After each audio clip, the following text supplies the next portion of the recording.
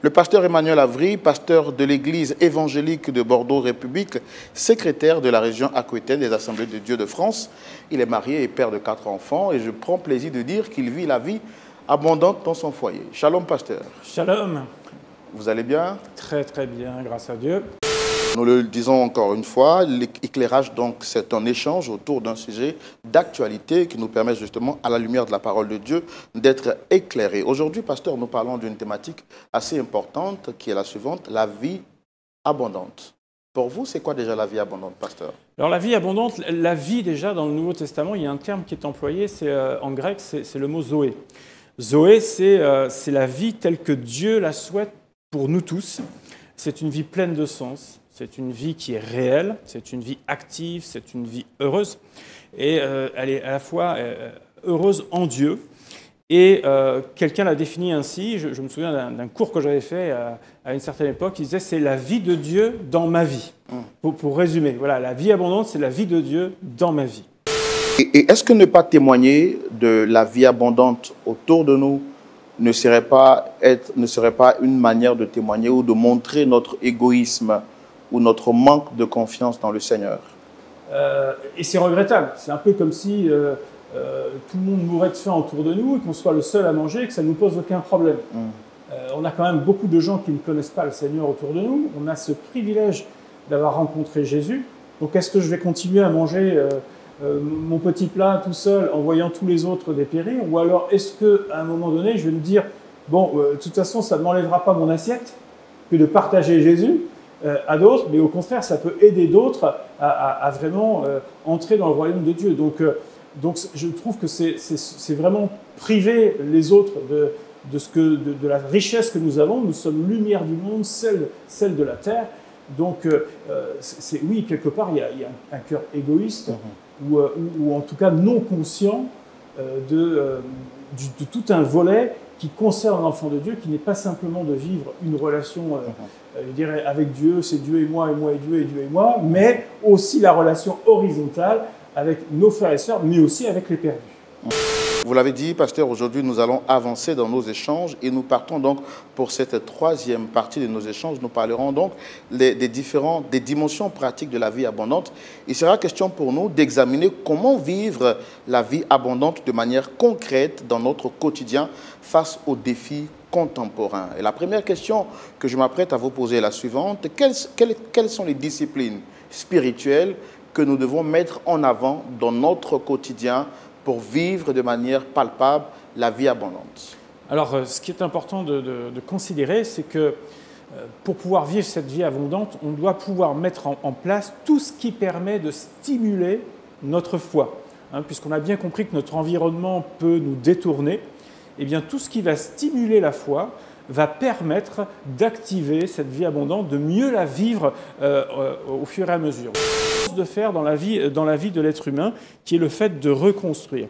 Donc, on vit un décalage entre ce monde spirituel et puis, on va dire, le monde physique, où d'un côté, nous pouvons être, donc, comme je disais juste avant, extirpés de la séparation d'avec Dieu, mais même si on est extirpé, on reste quand même sur cette terre avec toutes ses limites et avec la marque encore du péché. Donc le croyant, on va dire, est dans une position aujourd'hui un peu intermédiaire entre il était perdu, d'accord, mais aujourd'hui il a la vie éternelle, il commence à entrer dans l'abondance de Dieu, mais d'un autre côté, il n'est pas encore tout à fait dans tout ce qu'il connaîtra. On connaît en partie, on connaîtra totalement lorsqu'on sera dans l'éternité avec Dieu. L'apôtre Pierre nous a donné aussi, je dirais, une petite liste qui nous permet aussi de pouvoir stimuler notre foi et de nous aider à grandir. Alors, je vais le lire, c'est dans 2 Pierre chapitre 1, les versets 3 à 7.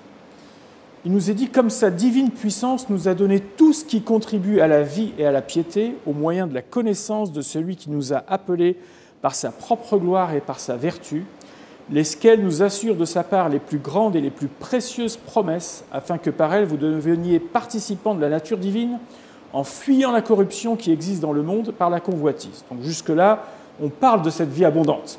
Et maintenant, il va dire, à partir du verset 5, 2 Pierre 1, verset 5, « À cause de cela même, faites tous vos efforts pour joindre à votre foi la vertu, à la vertu la science ou la connaissance, à la connaissance la tempérance, à la tempérance la patience, à la patience la piété, à la piété l'amour fraternel et à l'amour fraternel la charité.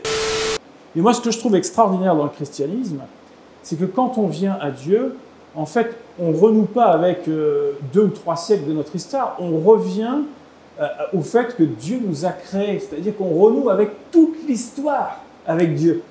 Et à ce moment-là, je veux dire, quand on vient à Christ, nos problèmes identitaires tombent. C'est-à-dire on n'a plus besoin de s'appuyer sur un passé récent ou un peu plus lointain, mais on s'appuie sur l'ensemble de l'histoire. Je suis réconcilié avec Dieu, je me suis enfin retrouvé, et à partir de là, j'avance avec Dieu, et donc je ne suis plus dans la crise identitaire, mais je suis au contraire, maintenant je sais que je suis fils de Dieu, ou fille de Dieu, et que j'appartiens au royaume de Dieu. Autour de la parole de Dieu, notre thématique est la vie abondante. Et dans cette troisième partie, nous parlons justement des dimensions pratiques de la vie abondante. Nous essayons de comprendre avec notre invité comment est-ce que nous pouvons vivre la vie abondante de manière concrète dans notre quotidien face aux défis contemporains. Pasteur, revenons au verset que vous avez mentionné tout à l'heure dans le livre de 2 Pierre chapitre 1, lorsque Pierre parlait de la science. En quoi est-ce que la science est-elle importante pour permettre à un fils de Dieu de vivre la vie abondante? En d'autres termes, la connaissance. La connaissance, exactement. C'est vraiment ce que l'apôtre Pierre, c'est ce que je disais dans nos dévotions un petit peu personnelles, la lecture de la parole, c'est-à-dire apprendre à la connaître, pas simplement l'avoir lue, mais avoir réfléchi sur ce que Dieu veut nous dire. La connaissance va nous aider à mieux connaître Dieu, ce qu'il attend en fait de nos vies. Va nous aider, il va mettre le focus parfois sur certaines choses qui vont nous parler dans notre vie. Et donc, ça nous permet d'ajuster en fait nos vies, de nous remettre en question concernant certains domaines. La connaissance va aussi, la foi vient de ce qu'on entend vient de la parole de Dieu. Donc, ça va aider à établir notre foi. Et on va être même capable de dire pourquoi je crois. Et pourquoi je crois ceci? Pas parce que quelqu'un me l'a dit, mais parce que je sais que c'est la vérité, c'est dans la parole. Et donc, je vais être assis sur cette foi-là et je ne vais pas me laisser détourner de droite, de gauche parce que j'entends. Voilà, mais au contraire, ma foi va être étayée par l'Écriture. Les réseaux sociaux, les médias occupent un rôle très important dans notre quotidien, dans notre vie de chaque jour. Et nous sommes amenés à témoigner la vie abondante. Comment utiliser ces différents canaux pour partager la vie abondante autour de nous? Justement, il faut utiliser les outils que les gens utilisent. C'est-à-dire que si les gens aiment les réseaux sociaux, soyons sur les réseaux sociaux pour justement témoigner avec eux. On ne va pas aller là où ils ne sont pas. Bien sûr. Voilà. De la même façon, les gens aiment les médias, qu'on le veuille ou non, que ce soit la télévision, que ce soit la radio. Ils sont en voiture, ils écoutent la radio, et chez eux, ils mettent la télévision. Donc, soyons sur les médias également. Les gens aiment manger. Eh bien, autour d'un repas, puisque c'est facile d'avoir du monde autour de la table à ce moment-là, que ce soit les voisins, etc., eh bien, profitons d'un repas pour partager, par exemple, la bonne nouvelle. Les gens aiment la musique. Ils écoutent de la musique. Et bien que des artistes chrétiens nous produisent des choses de qualité qui permettent l'évangélisation. Soyons créatifs, en fait, dans les moyens que nous pouvons utiliser. On peut faire des comédies musicales pour des périodes spéciales comme Noël, par exemple, ou Pâques. Soyons créatifs dans nos églises, dans nos formes d'évangélisation, de façon à ce que ça parle aux gens. Jean plutôt dit, je souhaite que tu prospères à tous égards, comme prospère l'état de ton âme. Alors, est-ce qu'on peut dire qu'il y a une similitude entre la vie abondante et la prospérité, comme certaines personnes le font croire lors des prédications? Si oui, quelle est cette similitude? Alors, il y a comme l'évangile de prospérité, comme on l'appelle, est une doctrine qu'on appelle une doctrine déviante. Mais comme toute doctrine déviante, elle a une part de vérité. Et après, malheureusement, on tire tellement sur un seul aspect qu'on finit par tordre le sens de l'Écriture et donc de tomber dans ce qu'on appelle une fausse doctrine. La théologie de la prospérité est basée en fait sur le moi, sur la réussite, sur le développement personnel, sur la satisfaction personnelle. Si par exemple vous me demandiez de faire une liste de tout ce que je souhaiterais dans la vie, en quelques minutes, je peux vous écrire une page de ce que j'aimerais voir dans le monde, etc., avant de le quitter ou de faire ou d'avoir. Je pourrais vous faire une liste complète et chacun pourrait le faire. Maintenant, si la deuxième question que vous me posez, c'est est-ce que tu en as besoin? Certainement qu'avec le même stylo, tout ce que j'ai écrit, je rayerai la plupart des choses que j'ai écrites parce qu'en fait, ce n'est pas un besoin vital. C'est quelque chose, si je peux le faire, c'est bien, mais ce n'est pas ça qui m'aide à vivre. Ce n'est pas ça qui fait mon quotidien. Donc, et le problème de l'évangile de la prospérité, c'est... Alors, comment est-ce qu'un enfant de Dieu, un croyant, peut-il contribuer à la protection de cet environnement que Dieu nous a laissé? L'enfant de Dieu doit comprendre que la création, elle vient de Dieu. Et donc, comme ça a été si bien dit, la charge d'Adam, c'était vraiment de prendre soin du jardin.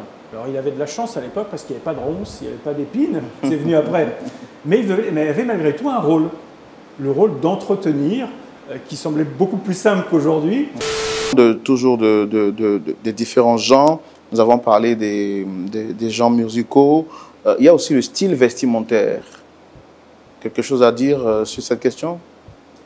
Est-ce que tout style vestimentaire est bon à utiliser pour tirer des personnes qui sont de l'extérieur vers l'intérieur, pour leur permettre de vivre la vie abondante? Disons que sans aller jusqu'à être du même style vestimentaire, évidemment, si je vais en costume-cravate auprès des démunis, ça va être un peu bizarre. Vous voyez. Donc, au minimum, je vais mettre une tenue décontractée, par exemple. Est-ce que je suis obligé d'y aller en pantalon déchiré, t-shirt déchiré, mal lavé, mal rasé? Et bon, jusqu'où il faut aller, vous voyez. Je pense qu'on peut effectivement tendre vers, mais sans aller jusqu'à la caricature complète. De même, si on veut atteindre certains milieux, il y a un dress code.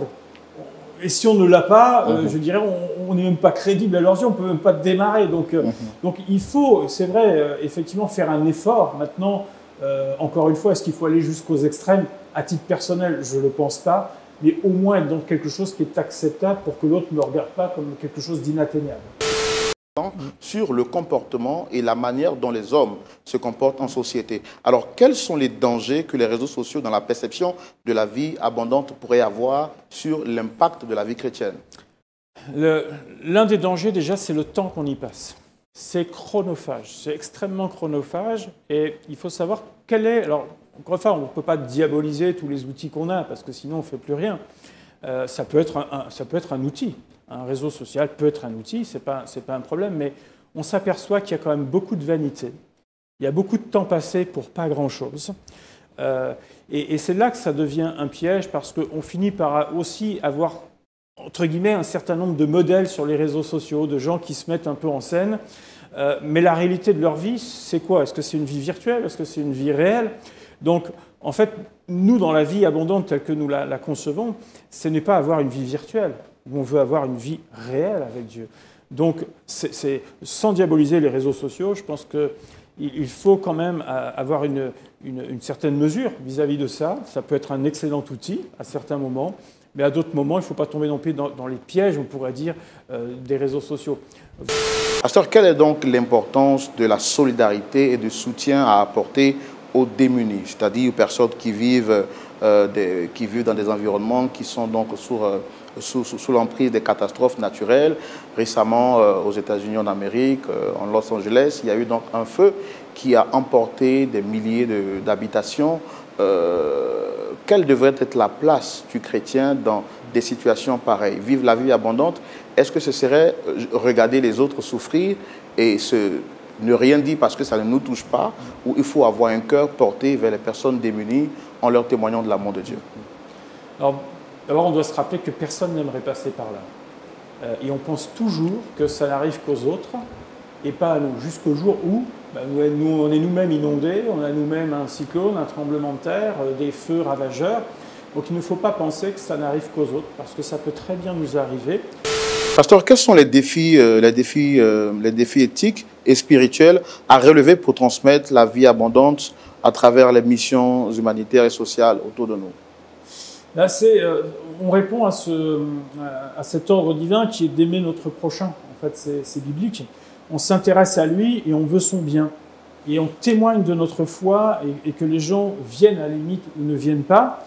Ça ne conditionne pas notre aide, en fait, ce qu'on peut faire. On peut prendre l'exemple dans l'histoire de l'armée du salut.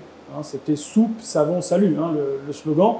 Donc, à la fois, il permettait aux gens de manger, ils permettaient aux gens de se laver, c'est-à-dire d'être décents, et en même temps, ils apportaient l'évangile. La prochaine question que je voudrais vous poser est, est-ce qu'il y a des exemples palpables dans la parole de Dieu des personnes qui ont vécu réellement la vie abondante, tant sur le plan spirituel tel défini, que, comme vous l'avez défini, mais également qui ont eu cette aisance au niveau de tout ce qui est matériel, bien-être physique et bien-être financier? Est-ce qu'on peut avoir des exemples palpables dans la parole de Dieu? Moi, il y a un grand exemple que j'aime beaucoup, c'est la vie de Naomi dans le livre de Ruth. Naomi, elle commence, c'est une vie où elle n'a pas de chance, quoi, hein. Cette femme, elle perd son mari, elle perd son beau-père également.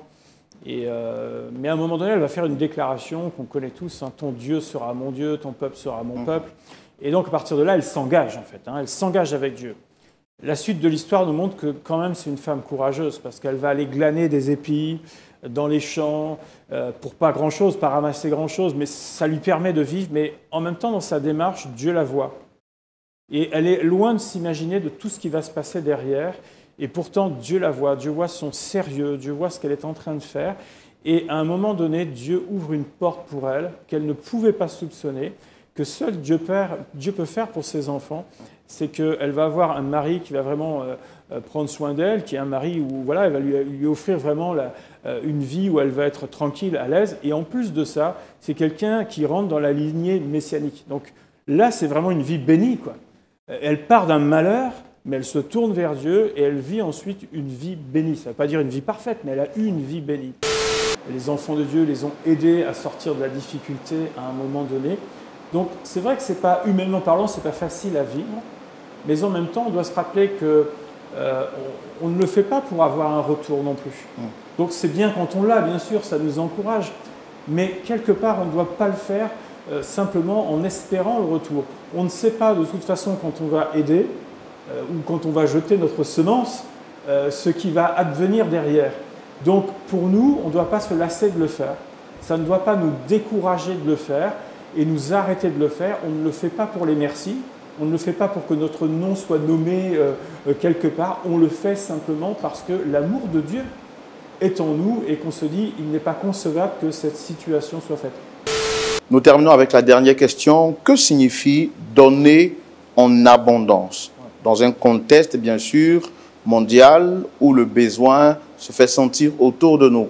Que signifie donner en abondance, selon qu'il est dit en 2 Corinthiens, chapitre 9, versets 6 à 8? On va se remettre dans le contexte, hein, c'était pour aider l'église de Jérusalem. Hein, c'est une collecte qui était organisée dans beaucoup d'églises pour aider l'église de Jérusalem, leurs frères et leurs sœurs qui étaient en difficulté à cause de la famine.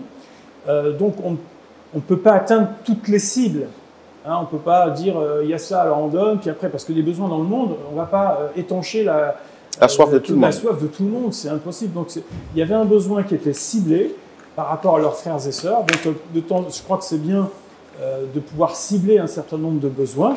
J'ai parlé de Mayotte à un moment donné, mais par exemple, nous récemment, on a ciblé nos besoins sur Mayotte et on a aidé nos frères et nos sœurs à Mayotte. Donc, ce qu'on peut retenir de ce passage, c'est de ne pas retenir quand nous avons la possibilité de donner. Déjà, on donne ce qu'on a et pas ce qu'on n'a pas. On ne va pas faire des crédits pour ça. Voilà. Donc, on donne un peu de notre superflu, si j'ose dire comme ça. Ensuite, il y a dans ce même passage un principe de liberté, que chacun donne comme il a résolu en son cœur, sans contrainte. C'est-à-dire que ce n'est pas sous la pression des gens, mais tu n'as pas assez donné, etc. Non, je donne de mon superflu, mais en même temps, je suis libre par rapport à ça, et c'est mon affaire, entre guillemets, avec Dieu. Donc ça, il y a quand même ce principe-là qui est rien, qui est là. Et après, l'apôtre Paul leur dira, bien, ne vous inquiétez de rien, parce que vous prenez soin de vos frères et de vos sœurs, et Dieu prendra aussi soin de vous. Donc voilà un petit peu l'articulation, on pourrait dire, de ce passage et comment on peut le voir. Donc donner abondamment, ne retenez pas, mais en même temps soyez libre. Hein, ce n'est pas sous la contrainte. Et après, ne vous inquiétez pas, Dieu n'oublie pas. Il voit ce qu'on fait et il ne vous oubliera pas aussi. Prenez soin de vous. On se retrouvera la semaine prochaine, Dieu voulant, pour être éclairé sur un autre sujet que la société nous proposera. Et puis, d'ici là, portez-vous bien, que Dieu vous garde. Au revoir.